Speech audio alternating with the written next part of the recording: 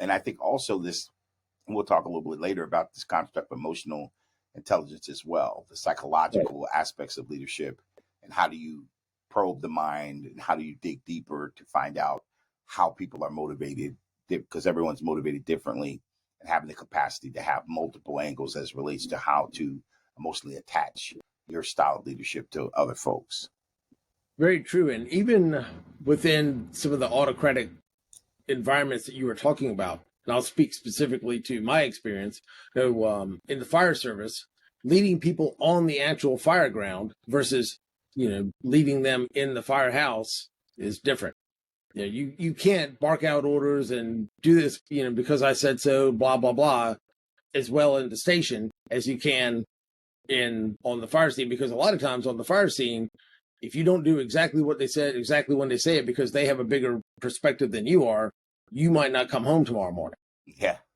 And our whole goal is to go home at 7 a.m., right? That's the goal. Everybody goes home at 7 a.m. So, if you don't listen to that, when and where, unless you see something that's unsafe that they don't, that might cause you not to go home. And so, but leading on the ones that never were able to do really well, or you sometimes call it the really old school guys that led that way all the time.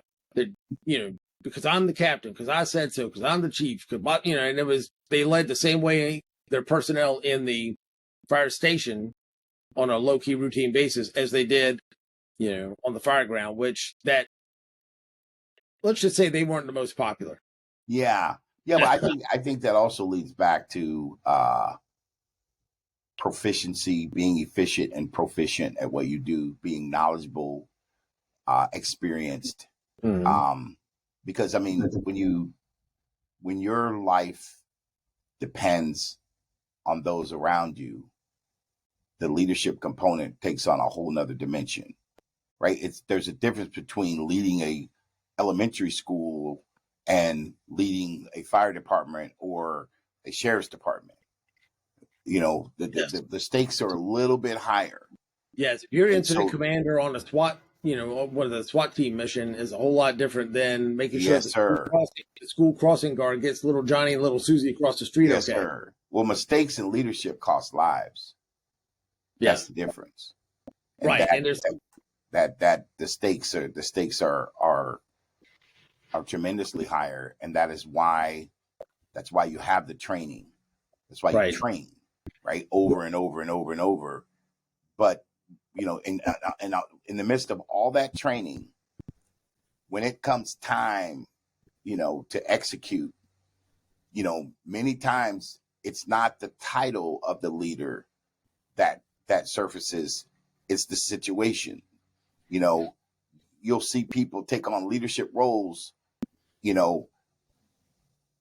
instantly, naturally. They're not asked if there's a situation, somebody throws a grenade, everybody looks at it and one person jumps over and throws it out.